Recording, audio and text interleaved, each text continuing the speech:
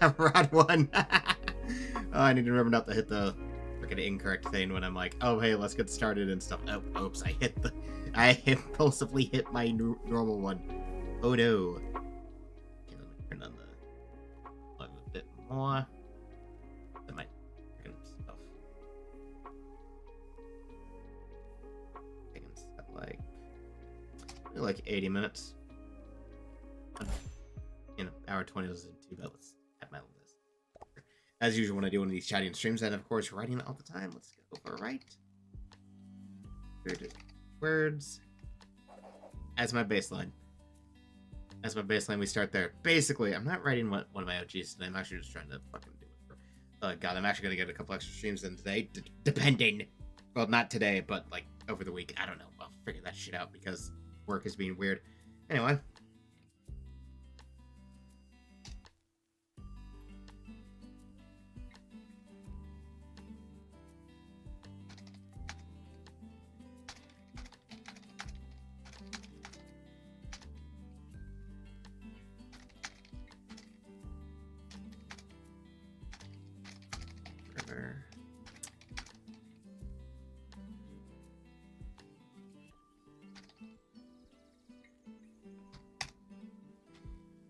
Yep. And I'm chuckling to myself. It's funny to think that it's like, well, let's see here. I'm done with Like a Dragon for now, and I don't own the next 3 games that I could play. And unlike with some latest stuff, I can't just use Game Pass to get around it, so I have to actually buy the games to play, and I don't have the money for that right now. So I had to look through. So Jedi Fallen Order is fun to stream, though. But Halo's going to be interesting because those games aren't super long, so I can probably knock them out in a few streams per game. So that'll be interesting to do with those campaigns, because I remember, like, let's play them way back when I was still doing LPs before I could actually stream, and that was, gonna try to do. I think some of those videos are still up on my old second channel, actually. Haven't touched it, though, and honestly, might just nuke that channel out of existence and use it as a backup. I do not know.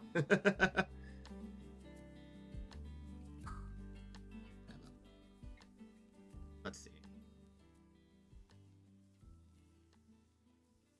Okay, I won't count that since everything that popped.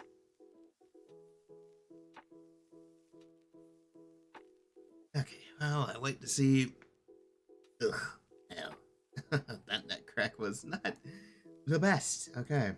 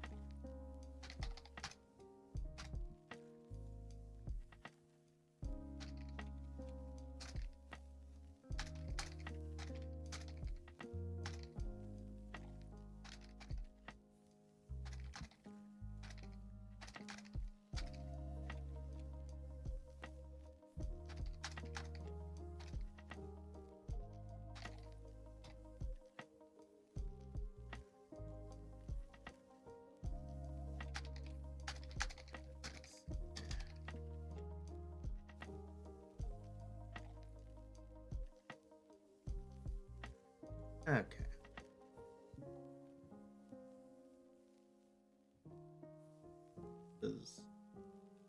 I'm already cooking. I'm already cooking. Let's see how deep in I go.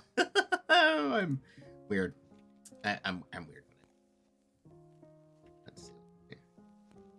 Wait, I need to stop the recording on that. I need to stop that from recording. No reason to record that.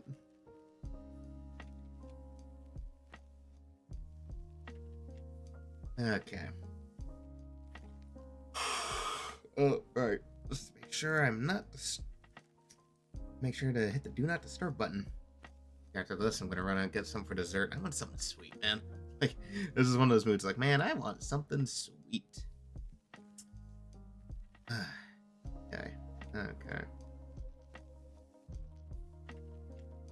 Oh man, no. Okay, so like I said it in my freaking community post because I wanted to at least get it out there. Freaking, I do want to play with the Halo games because I said it there. I actually had to go through another song and dance of resetting my freaking password for my Microsoft account. I hate it. It's like every little while, it'll just have moments like, oh, sign in with your freaking password has been locked out because someone tried to log in too many times. Yada yada yada.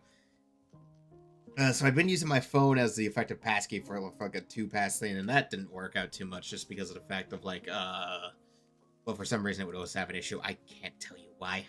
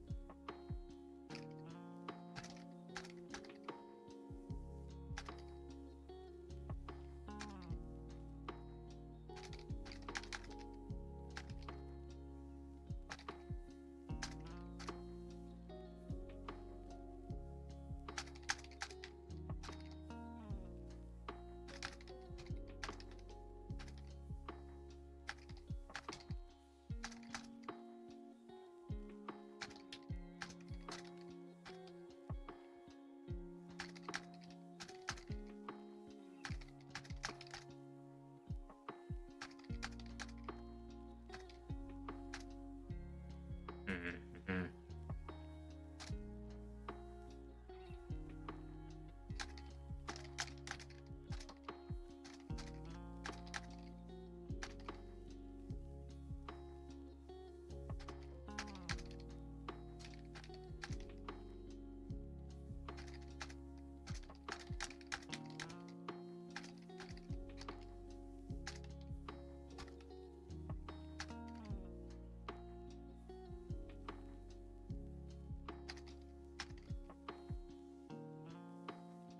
This is one of those moments where I'm so mad that there's some bits of lore for the canon thing of the fanfic I'm writing right now where I just don't know some shit. It's like, oh, fun.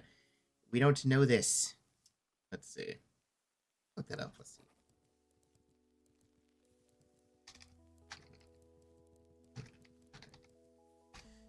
You know anything about this? Let me look that up as a quick little bit of research.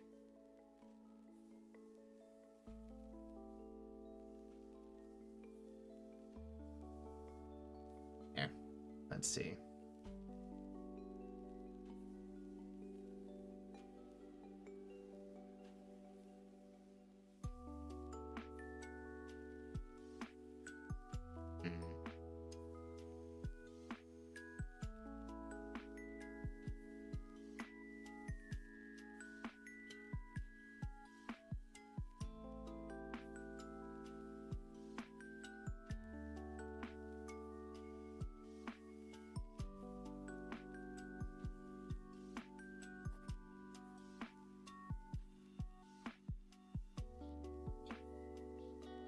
That's...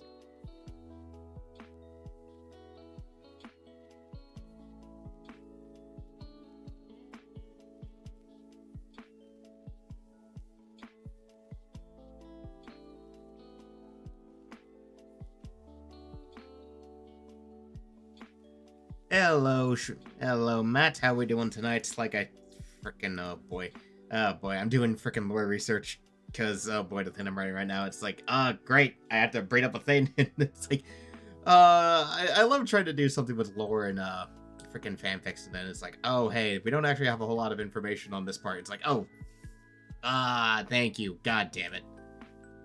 That's fun. That's great. That's wonderful. I'm glad we don't actually have that much information to work off of. That is fantastic. God damn it. Let's see. See, this is frustrating for me as a writer, too, because as someone who wrote his own setting, it's like, I mean, I understand a bit, like, oh, if it's not going to be a super important detail, you maybe don't have the full thing to put it out, and I'm just here like, well, I guess now I gotta make shit up. Oh boy. The wonders of writing fanfiction. The moments when you find a gap, find a little bit of lore that wasn't expanded on. You're like, well, I need to know more because it's relevant to a thing I'm doing. So great. I can't see if I'm doing I'm doing a double thumbs up as I put my head down. I am not feeling that one. Oh god. Let's see. I was also doing my daily Destiny 2 stuff because now I'm just on that shit daily. I'm like past level 60 on the battle pass now. It's so funny. We're in week 2. Yeah, no, I mean, let's be fair with Armored Core 6. That is just From Software signature. That is just typical From Software of oblique lore, and not everything is being super clear all the time. But yeah, no. Okay, so let me just kind of establish the thing I'm talking about, right? So what I won't give full details. What I'm talking about is with the lore for the thing I'm writing for, an anime that's currently airing, there is like multiple swordsmanship styles, and one of them is like, oh yeah, no, there's like these 5 secret techniques that the style has that don't get disclosed except to anyone who's in the style. And I'm like, do we know at least about like 1 or 2? And then I'm looking for sources, like, no. And I'm just like, great. It would be nice to at least know about one of them, but I guess nope. I gotta make shit up now. As I'm looking up what I can. Obviously, a wiki is usually not the best source, but you know.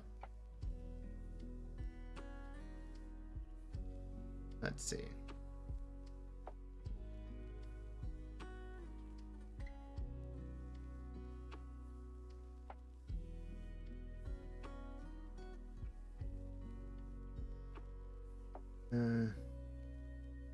Yep, nope. God damn it. Thank you. Wonderful. Oh yeah, no, the writer's get out of jail free card is vague bit of lore with no explanation further for the rest of it. Of like, I mean, the information's there, but you know, I don't need to expand on it. And I'm just like, I get it. It's because like I've definitely used that cheat too. I can definitely say that there is some parts of stuff it's like, well, I mean, it's good to know about, but I'm not going to expand on it, so I don't need to care right now. But as a fanfiction writer who is actually caring about lore, I'm just here like, oh no, this is relevant to a thing that I'm doing, and we don't know a whole lot about it. Now I just need to make shit up. Oh no. Oh, that's not good. Let's see.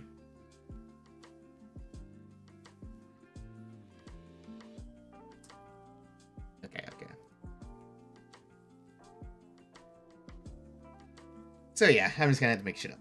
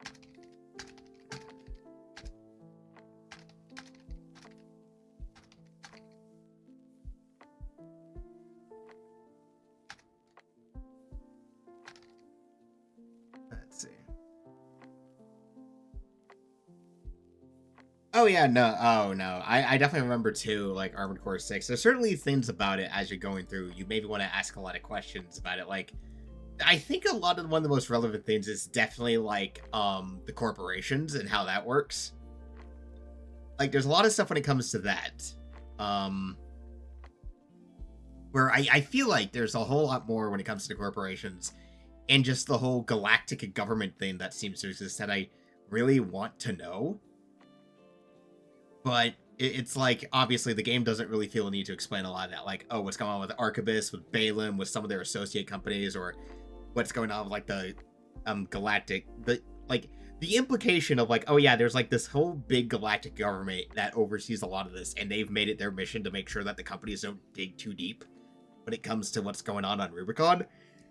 It's like, hold up, galactic government? And they're making, like, this high-end stuff that's about as good, if not legit better, than the armored cores that the companies can provide for mercenaries and shit like that. Okay, I mean, cool, but, like, the light cavalry and the heavy cavalry, it's like, I kind of would want to know more about these, you know? Like, it's real cool and interesting, but also, like, damn. Now, granted, not that this isn't normal Armored Core lore. I've dug into the series a lot. The series is very much full of, here is the setting, here's a bunch of information and nouns. We're not going to explain any of it to you, by the way. Like, Armored Core 4, like, Kojima particles, frickin' the nations, the how nexts work, like, the fucking... Next entirely, I feel, are the most questionable of, like, how the fuck do these things work, dog? Like, I think the only, generation of Armored Cores we've actually gotten, like, art of, say, how their cockpit works were the, ones from, 5 and Verdict Day. I know, that question too, like, how the fuck did the PCA get a hold of frickin' Institute equipment? Like, where the fuck did they pull that shit out from? Like, were they just holding on to that? Where the fuck were they pulling out this RIC stuff from? But it's like, yeah, like, one of the things that, like, when it comes to, say, like, the armored cores themselves, like, I've always assumed from looking at them, like, their cockpits have got to be in the chest. And they're, like, 10 meters tall, so it's definitely that. But it's, like, the only armored cores we've gotten, like, I saw a line out of it, is, like, the 5th generation armored cores from V and Verdict Day were the only ones we actually got to see, like, how the cockpit actually functions, because those ones are, like, small as hell. They're, like, 4 meters tall. It was, like, okay, well, then how does some of this shit work, too? Like, how does it work with the Next, since they apparently use like, a psychic control system or something? I'm like, what the fuck is with that, man? I don't know. And then again, it is funny they call shit in that Kojima particle. It's like, oh, geez, I wonder who you named that shit after.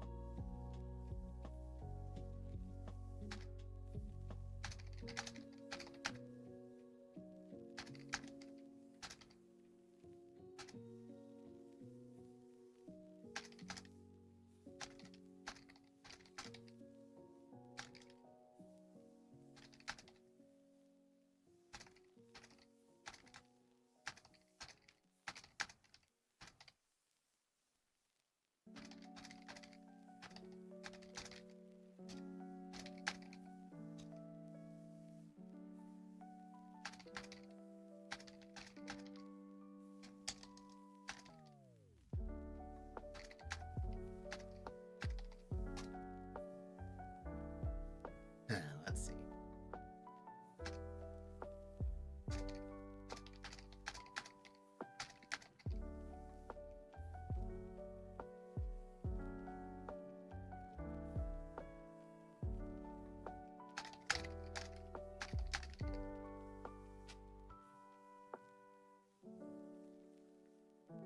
Let's see.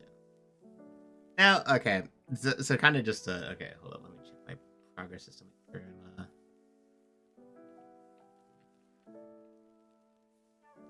Okay, I have hit the goal. Let's get that on.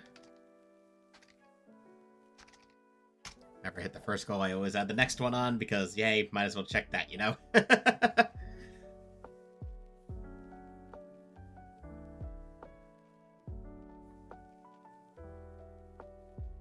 You know, there is a little bit of that actually. I don't think it does. I don't think it does get commented on. Yeah. Let's see. Yeah, for the third ending, Air does kind of seem to like show her hand a little bit earlier for that, or at least like like the third ending is definitely a lot of questions too, because like the way so the way the first two ending routes go is it's like it feels like if you do play certain missions, you'll get to them more naturally, right? And then you get to the third ending for Alea e Acta Est, and there's a lot of it that almost feels like it relies on the fact that you've played through the game multiple times already, which is interesting. Like, there are certain aspects of the third ending, especially, that I feel like, hey, is the game aware I've been playing through it multiple times up to this point? Is it aware I've played through it twice already? Because what it sets you to do is, like, this shouldn't be possible unless the game is aware that I know what's going on. That the plot knows what's going on. Well, knows that I know what's going on here. It's strange, like, it's possible then that like maybe you could explain that the first two endings could possibly be all mind like like running simulations that could happen, and then the Alea Iacta Est as a quote unquote true ending is the what actually happens after All Mind spends nanoseconds running simulations that could end either in Fires of Raven or Liberator of Rubicon. But then that asks a whole bunch of other questions, and when you get into deep lore like that, it just becomes a whole lot of mess on the brain, and you're just left like, I don't know, man. I don't know anymore. Ugh.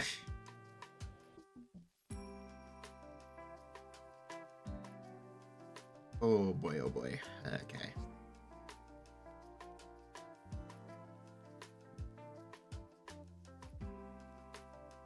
It is, it's definitely a time when you try to dig into deep lore and you're just like, I want to find answers, but I can't find them anywhere. Ah!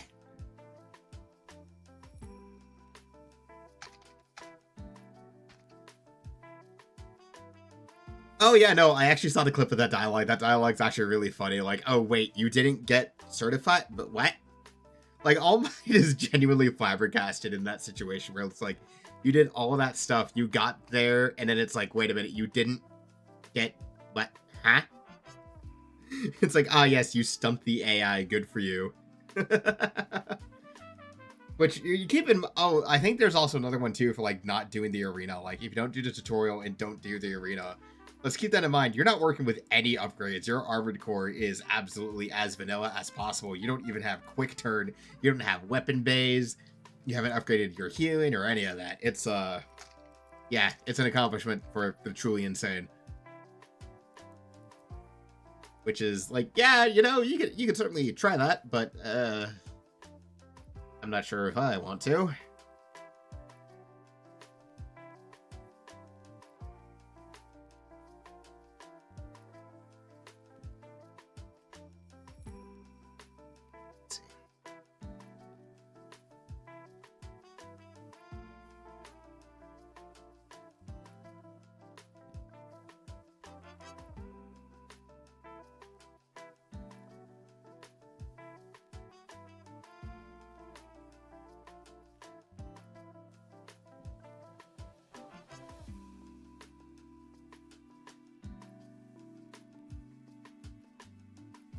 Oh boy.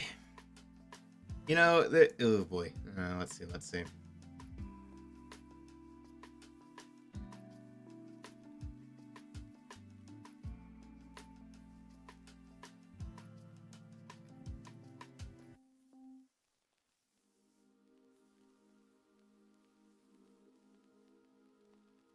Hmm.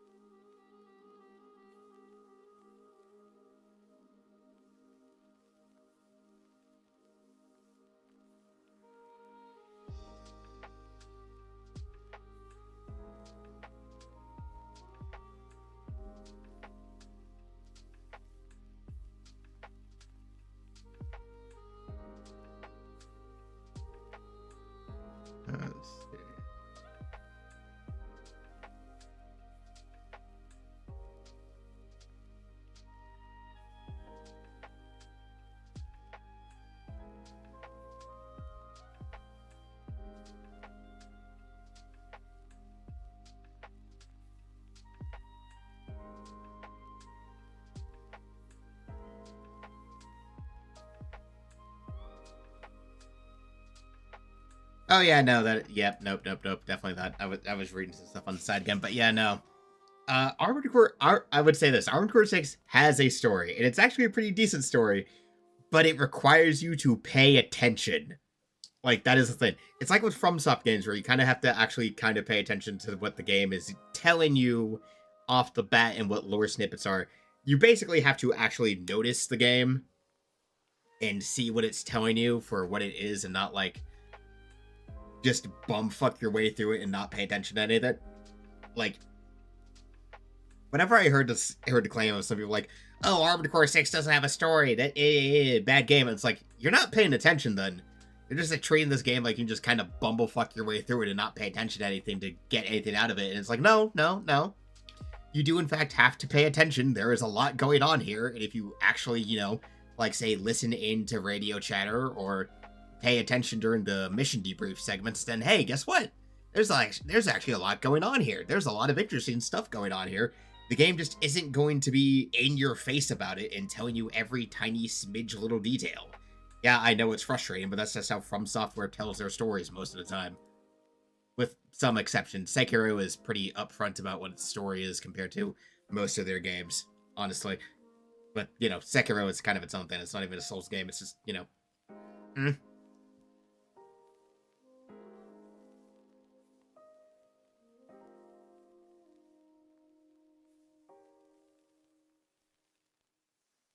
Oh, yeah, no. Actual reading comprehension is indeed a requirement to go through Armored Core 6. Like, nah, the game will not make sense unless you're actively paying attention and noticing what the game is telling you, because it will not tell you much. There's definitely things to get out of it, but you do need to pay attention to it. And if you don't, well, then you're going to be lost like a goddamn... Well, basically like a bee in the rain.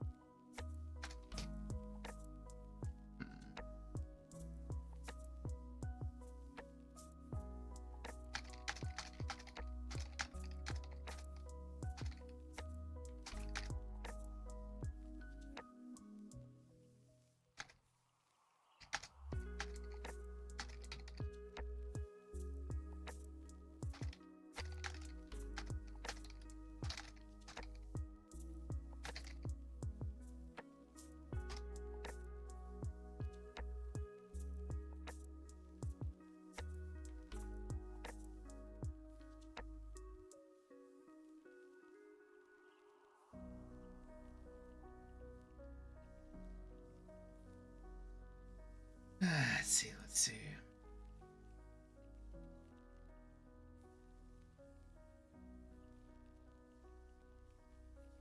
Yeah, That is kind of an interest. I need to definitely go back to it because it's been a while since I played Armored Core 6, but it is an interesting little mission if you think about it with Walter's character. It's like, I mean, work is work and it's credits we need, but also it's like, we're just going out to freaking kill a trainee. Well, okay. Yeah. Yep, that is the thing. Well, as the old saying goes, a million is a statistic. Yep, I mean, you said it yourself, a billion is a statistic. One person, it's just who's just some in over his head trainee pilot. Yeah, that's a little bit different. That's Hmm. That's one of those moments where it's just like, yeah, that's, this is, well, that's unsavory work, but it's got to be done. Basically, the way, it's basically the way Walter looked at it. Let's see.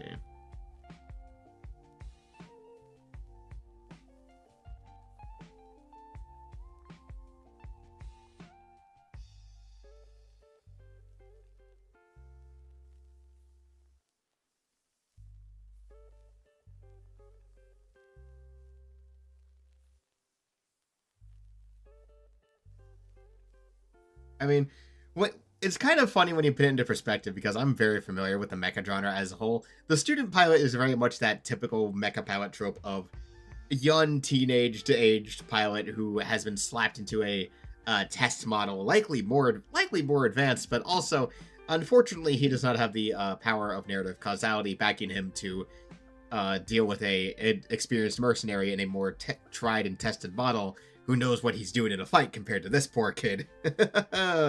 Which is, yeah.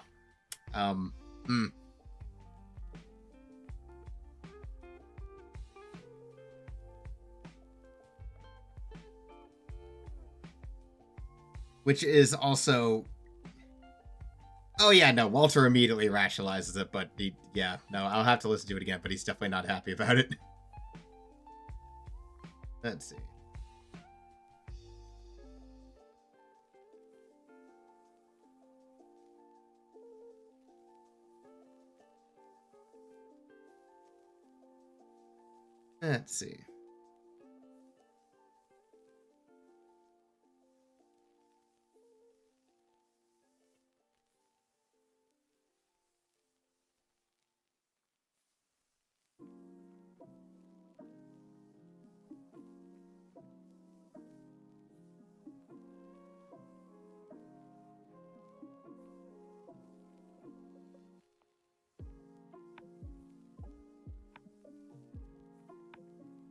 Let's see. Let's see.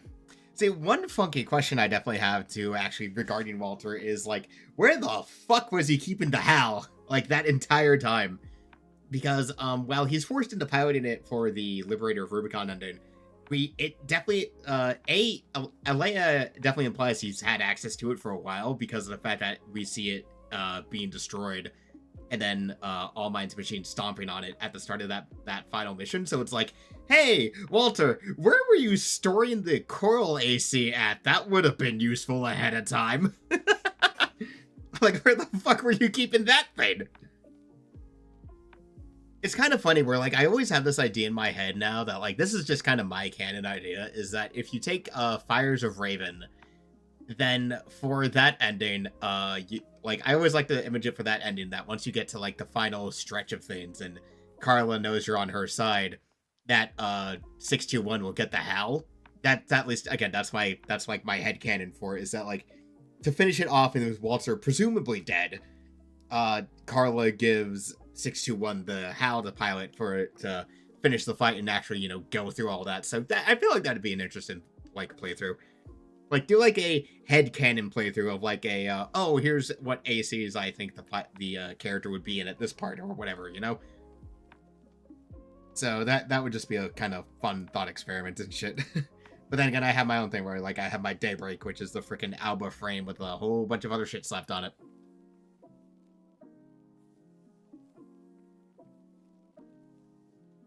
Let's see.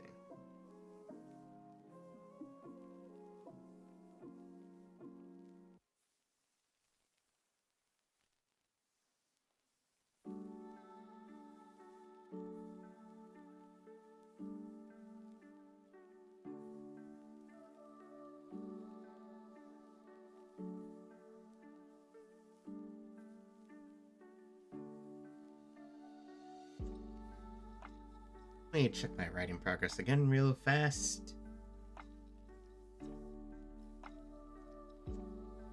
I'm close to 1K words that we can say I at least did that. Ah, I'm at 666. Ha ha ha ha ha. Funny number. Funny demon number. Ha ha ha. Ugh, jeez. Anyway.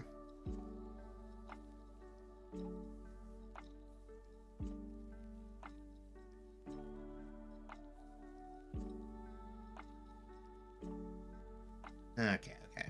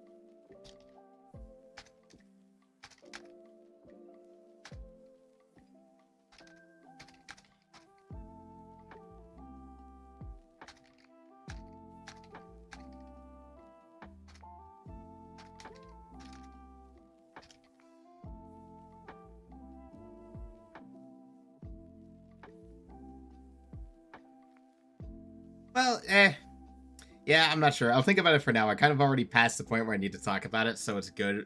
I covered what I needed to, so it's not too bad. It was not so hard. I at least passed the point I needed to, since it wasn't like the main point of what I was going through anyway. I just need to bring it up. Yeah, I know exactly that. Maybe it's legit, maybe it's made up. Yeah, who knows, who knows. Oh boy. One of the crazy things though, like when I'm writing fanfics sometimes too, is like there's some fanfics I get an idea to write, and it becomes like my sole reason to watch a show I haven't seen in years, and I'm like, I mean, it's been a while, I might as well, I'm weird like that. Or some stuff for games, actually. I've actually been keeping it up, like, okay, so I did stream it a while back, freaking The Coffin of Andy and Lily. I've been keeping up with it. I don't know when the release date is, but I've been keeping up with the studio's Steam updates on their progress report. So I do know that, like, okay, they've obviously got work going along pretty well right now, so we'll see how that goes. But, interesting stuff, because, like, I do definitely want to stream that, like, when the next episode comes out. I've considered streaming it again because I want to do the alternate ending, the burial, the decay route. Because, like, yeah, I did burial, and that was funny, haha, memes, haha. But like, decay is genuinely actually pretty fucking disturbing from what I've seen of it. So I'm real interested to actually go through it. So I like, oh boy.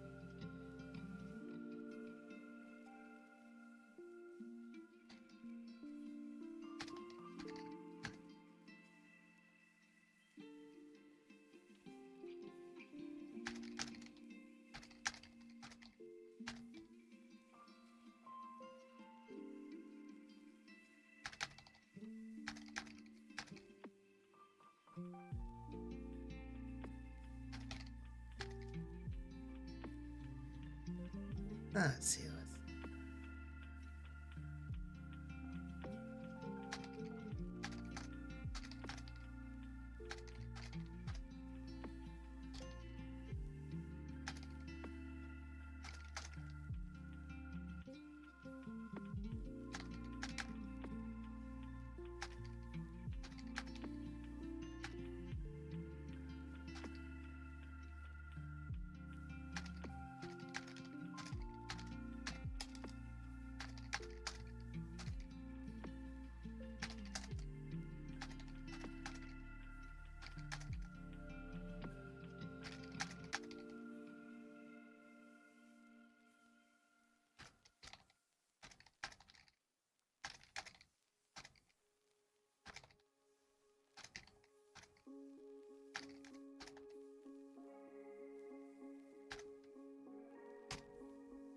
Let's see.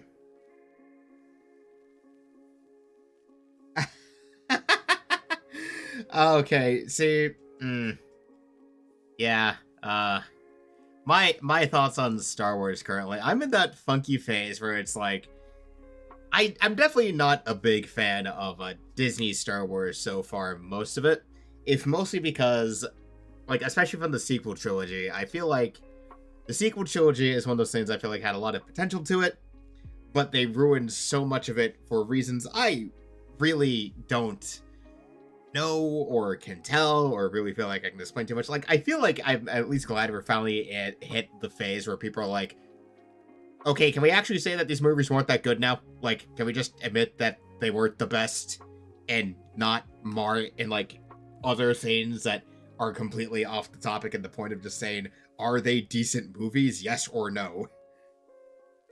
Like, I definitely am not the biggest fan of those movies. I am I'm about to date myself so hard. I'm like, I definitely grew up with Star Wars. Like, my dad had me watch all three of the original movies.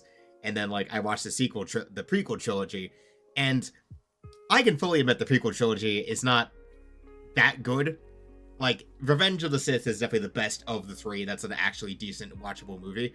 The first two, Episode 1, not too bad. Kind of middle. Episode 2, definitely Attack of the Clones. Attack of the Clones, I feel, suffers from the fact it's a movie that is about setting up a giant event you then don't get to see. Episode 2 is retroactively a slightly better movie, solely because of the fact that the Clone Wars cartoon exists to bridge the gap between it and Episode 3. That, in my opinion, is like the sole thing that saves Episode 2 from being as bad as it could be, because we have gotten the bridge to it. But that's retroactive. When it first came out, no, because suddenly Episode 3 starts and it's like, we missed the fucking war! It's like, there was a war and we just missed all of it. What the fuck? Boy. But the Disney trilogy, though, I feel like, okay, my opinion on it, the first movie could not... Okay, I definitely think that all of the movies, in my opinion, do have their flaws. I think that generally they're not the best movies as a blanket thing, but the first movie could have been a good, decent groundwork to set up a new trilogy, right?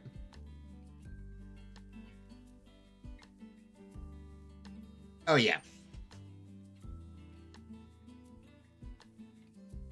Yeah, definitely. There was definitely a thing there where, like... Yeah. Like, there was definitely a clear thing where, like, once you had the opening crawl, it's like, okay, this kind of helps, definitely. For the sequel movies, again, as I was saying, I feel like the first of the sequel trilogy could have been pretty okay, but it has its own flaws that I feel like it's very much in line, like, that whole thing that they did, because, like, the way they directed those movies, that whole thing, I feel like it's embodied by Kylo Ren's statement of, I think it's like, what, kill the past if you need to, or something like that, or, like, forget the past, kill it if you have to. I forget the exact phrase, but I feel like that phrase embodies the Disney trilogy, because the Disney trilogy does not feel like it's trying to be a follow-up to the original trilogy, right? It feels like it's trying to reboot the original trilogy while being a quote-unquote sequel, and that's my primary problem with it. I don't like how it does a narrative reset, how it's like, oh, the Empire basically came back and they're stronger than ever. And now we're back to having to do a ragtag rebellion against an empire. And I'm just like, we've already done this plot. Now everything's just bigger and stupider. Like, oh, we have Starkiller Base, which isn't just a giant moon-sized space station. No, we converted a planet heavily implied to be Ilum, by the way, going by Star Wars Jedi The Fallen Order, into a giant multi-planet killing death laser. Like, oh no, we had to one-up the Death Star. Sorry, we just had to. And it's like, why? And then I don't even want to talk about Rise of Skywalker. Rise of Skywalker is just actually just a fucking garbage movie. It is a bad Star Wars movie, and it's just a bad movie, period. And we can embody... Okay, you want to know what the thing that told me, and I think a lot of other people, that Rise of Skywalker was going to be shit? When they announced Palpatine's return in fucking Fortnite! Why? Why would you spoil the twist of the movie in Fortnite of all places? Yeah, no, exactly that. It basically tries to replace the OG. It doesn't try to build up on it. We don't get a sequel. Which, here's the thing. I don't think too many people would have been mad if Disney had de-canonized, like, okay, obviously we need to talk about Legends, because obviously we have Star Wars Legends, which basically covered the entire breadth of what a sequel could be. And I refuse to believe Disney did not decanonize Legends for any other reason than not wanting to pay copyright shit if they took any ideas and adapted them into a sequel trilogy of movies.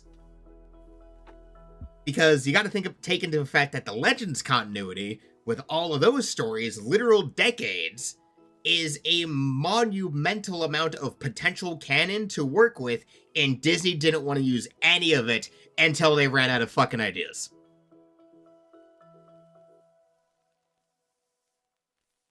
Like, people have pointed it out so many times when Disney's Star Wars stuff blatantly yanks stuff from Legends and makes it canon, but then changes it. And it's like, you could have had so much material, and then you just elected not to use it until you ran out of ideas. You're like, well, now we need something to use it with. And it frustrates me so much when that happens, because it's one of those things where I can never see it as anything other than stupid corporate bureaucratic bullshit getting in the way of making actually good films.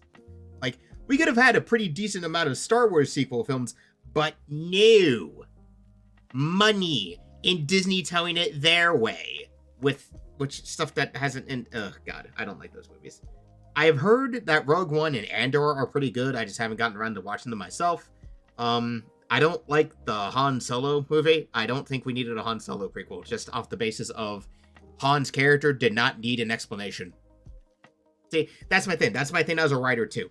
As a writer, I will say that Han Solo was better when we didn't know the full details of his backstory. He is one of those characters who does not need his backstory to be explained to be interesting, because it's more interesting when you're just filling in the gaps yourself or trying to guess what he means by all the stuff he keeps referencing. Oh yeah, no, here's Admiral fucking Thrawn, one of the most interesting characters from Legends canon that now we want to use because, oh shit. And then according to what I've heard people say, they didn't even use him well. They didn't even use Thrawn well, so that's an even more spit in the face to Legends fans, which is fucking horrendous. Thank you, Disney. Thank you.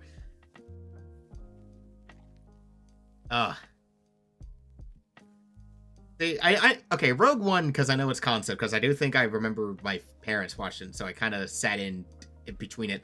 I don't mind the concept of a movie that's kind of like the explanation to how A New Hope started. Like, that kind of said, like, how the Rebels even got their hands on the Death Star plans and all that stuff. That's not bad. That's actually a good concept to work off of. Compared to, again, the Han Solo movie, which just didn't really need to be a thing. Again, Han Solo was a character who worked better when his backstory was mysterious and full of holes that you yourself could speculate on, but never needed to have explained, because he didn't need to have all those details explained. The core details of, oh, he won the Millennium Falcon from Lando in a betting match. Okay, cool. Funny. We don't need the full story about that. We just need to know what happened. Or like the Kessel Run or all this other stuff. We didn't need to see those happen because they were more interesting as just details of his backstory. Yeah. No, yeah, no, you're exactly right. Solo felt like an obligation to be made. No one really seemed to ask for Solo, and that's exactly what the movie felt like. It felt like we're making this movie because someone said, make a Han Solo origin story movie, even though it doesn't need to exist. Rogue One does definitely feel like something new. And again, I've heard Andor is actually pretty good, which is funny because it's telling a story about one dude from Rogue One who's barely in the movie, which is kind of funny as shit if you ask me. But I've heard it's pretty legitimately actually a pretty good show, especially because it's more kind of grounded down to earth and doesn't deal with like the Force and Jedi and all that stuff, which a lot of more Star Wars stories I feel do need to do, which I feel like is why, like, I've definitely heard too, like, Mandalorian. Definitely heard from Mandalorian fans that season 1 of Mandalorian is good, but then as it goes on, it just kind of gets worse, which is rough. Which I always hate hearing about that first show where I hear the fan opinion go from, oh yeah, it's actually pretty good, it's a really fun watch, and then as the seasons go on, they go, this has gotten kind of bad. Oh yeah, no. Yeah, no, that's another thing about Solo. It makes the moment in New Hope where like he actually musters it up and pulls in to do the heroic thing worse, because the Solo movie implies that, oh no, Han was always like this. He was always the guy who would shore up and do the right thing when it came down to it. When part of the thing in New Hope that made that moment so good is the fact that we didn't know if Han would do that. We didn't know if he was the kind of guy who would like actually put his obligations as just the smuggler doing his job aside and do the heroic thing. And then Solo's like, oh no, Han would always do that. Han was always that guy. He's always the kind of guy who would do that. And it's like, no, that ruins the moment then. That ruins the whole mystique of the moment of like, oh yeah, is Han going to help the rebels? Is he just going to sit there on their base planet and then leave? You don't know. That's the kind of thing I don't like it when prequels do that. Okay.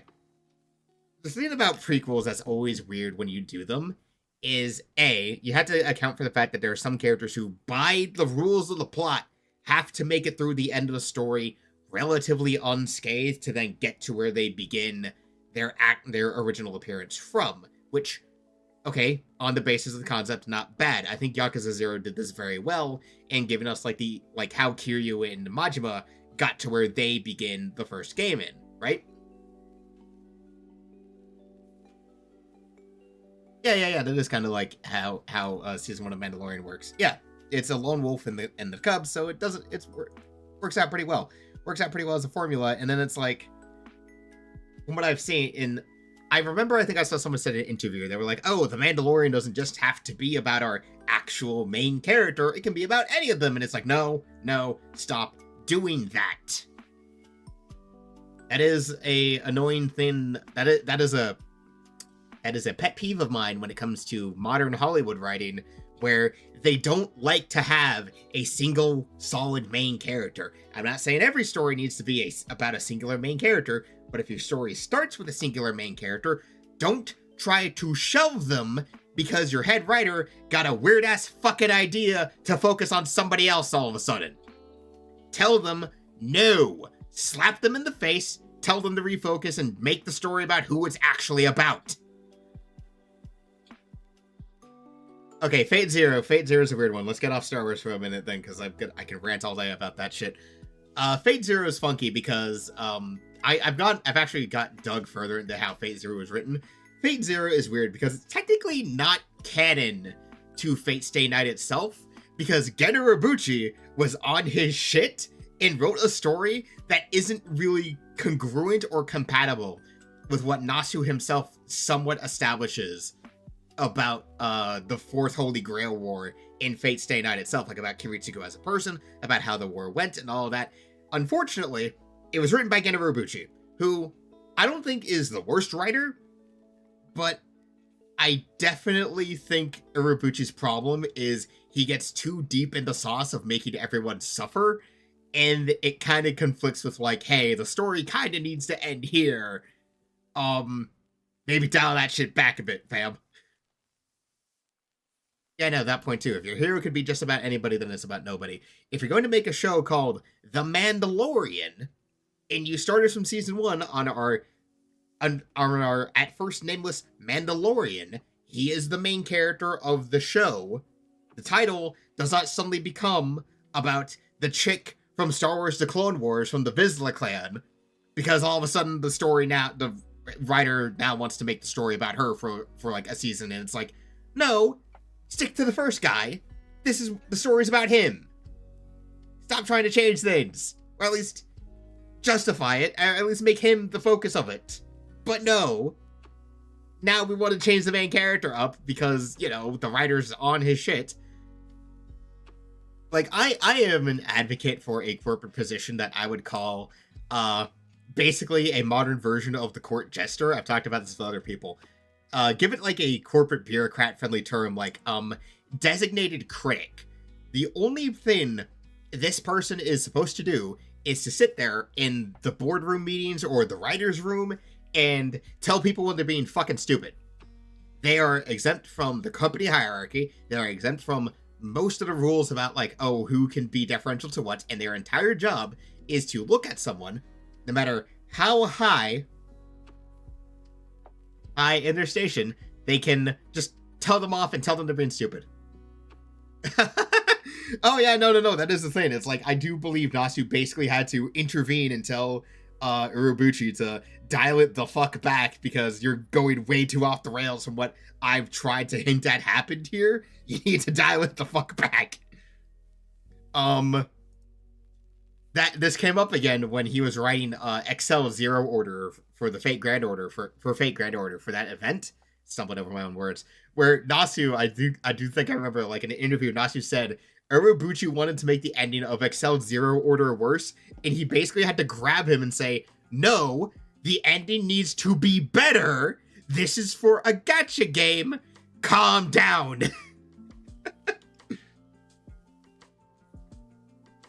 So it was kind of funny. It's like, Urobuchi is one of those writers who I feel like he's not too bad when he's not, like, I say this is the thing with me. I think this is a consistent trend for certain writers, especially in the Japanese sphere, where they're decent writers as long as they're on a leash and being restrained by literally everyone else in the fucking room. As long as, like, someone is there to catch them when they're on their sauce. And they can just go, okay, hey, buckaroo, dial it the hell back for a bit here. And, yeah. I mean, like, we need more of that here in the West. Like, we need a lot of that here in the West of just people who, as I said, can tell whoever the head writers of your project are, dial it back, recenter, get off the sauce, and make the show as you started it out as, and don't change it partway through because you're having weird ideas and you just want to do something to shift it up or subvert expectations. I fucking hated that era of Hollywood. The subversion of expectations era was so bad for so many shows and movies because every writer was high on their own farts, like, oh, the audience didn't expect that. Yeah, and we hate you for it. Stop subverting our expectations just so you can say you did it. Which is like, that was part of the problem with the Star Wars, with the Star Wars sequel trilogy too, just kind of dial back to that. With the Star Wars sequel trilogy, the problem is they had two different directors. They swapped directors from the first movie to the second, and they swapped back to the first guy for the third one, and that made it an entire problem, because the second guy was like, looked at what happened in the first, was like, yeah, but I want to do something different. Yeah, no, sometimes you need to yank the chain and tell them, no, you are going to do this, and you need to keep your eyes focused. So sometimes, yeah, no, you do just need to yank the chain on a motherfucker and tell them, no. No, you cannot do that, actually. Oh, boy. I think I spent the last... I've been ranting for a while, actually. The stream has turned into mostly a rant. Let's see.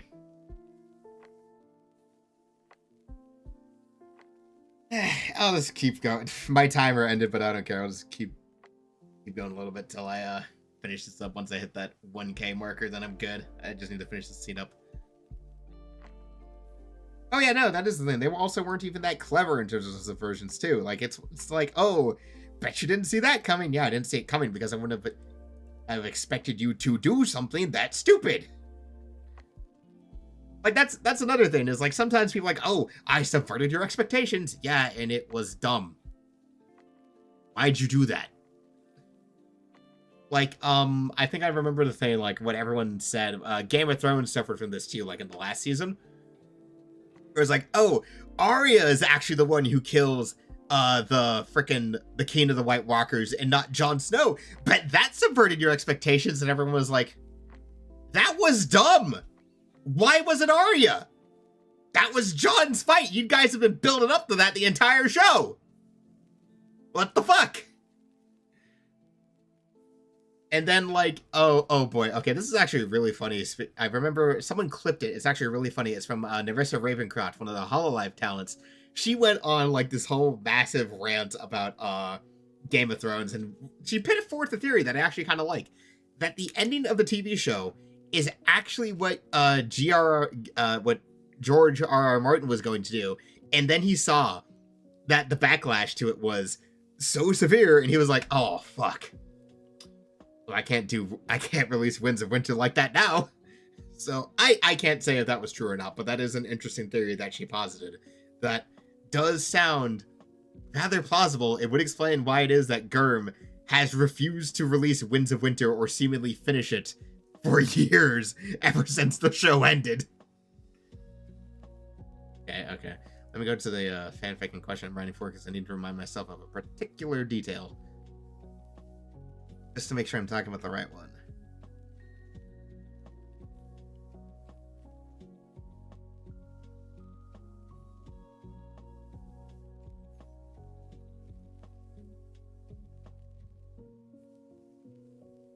Oh, damn you, FFN.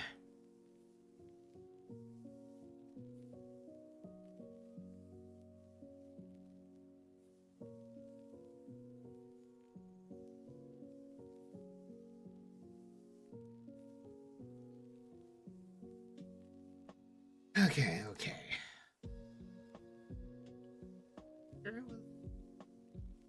Where I am.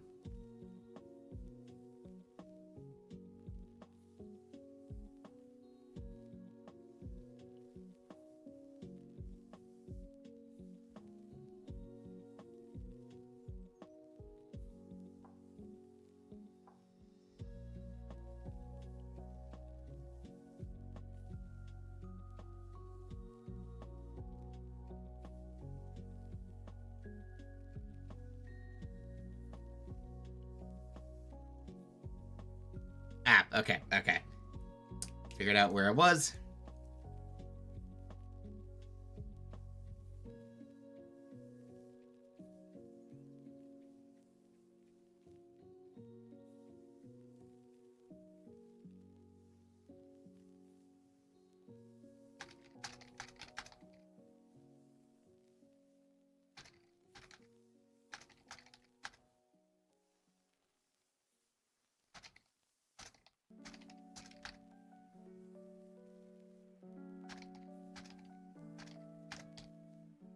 Let's see.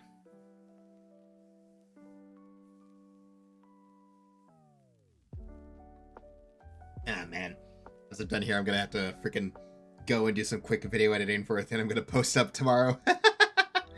It'll be fine. It's not like I gotta do a lot of editing. It'll be quick.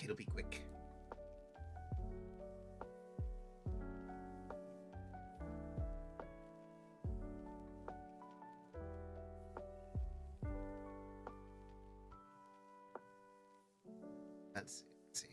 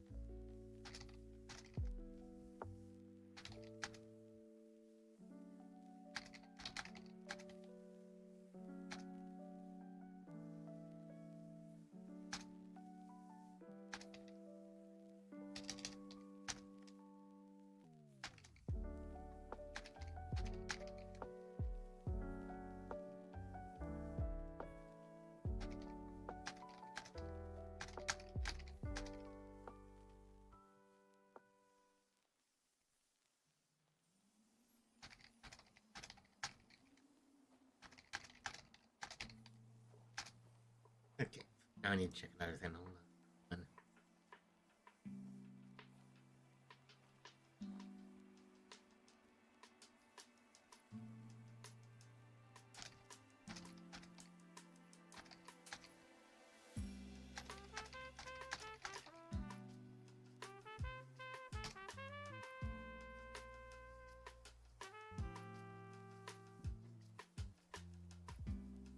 Okay. Jeez, I'm gonna go look up a quick thing too. More quick research while I'm here. Fun. It's so fun to do this.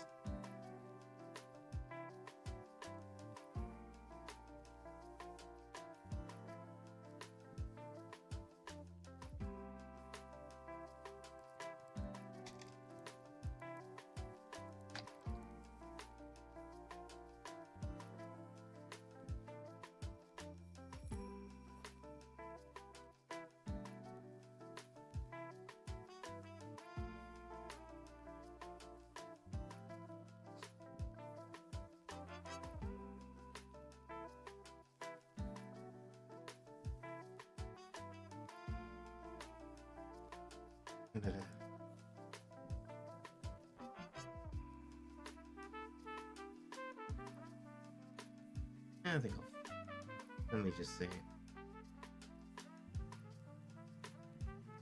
Okay, I'm at my goal, so I will just do my side research to figure this out and do it later. Oh boy, I got some other stuff and editing to do, and I might be hopping back on the Destiny 2 to see if I can't do a certain mission. I don't know. I'll figure that shit out. So anyway, God, I'm pretty sure most of the stream was just ranting, but hey, you know what? That's fine. That's what a chatting stream is all about. Oh boy. I guess I'll be doing something tomorrow. Might be streaming Halo tomorrow then, starting from Reach, and then we'll go in universe chronologically. So Reach 1, 2, ODST 3, then 4. I'm not gonna touch 5. I don't like 5. I don't like 5, and I'm not reinstalling the Infinite campaign. So till next time. Yeah.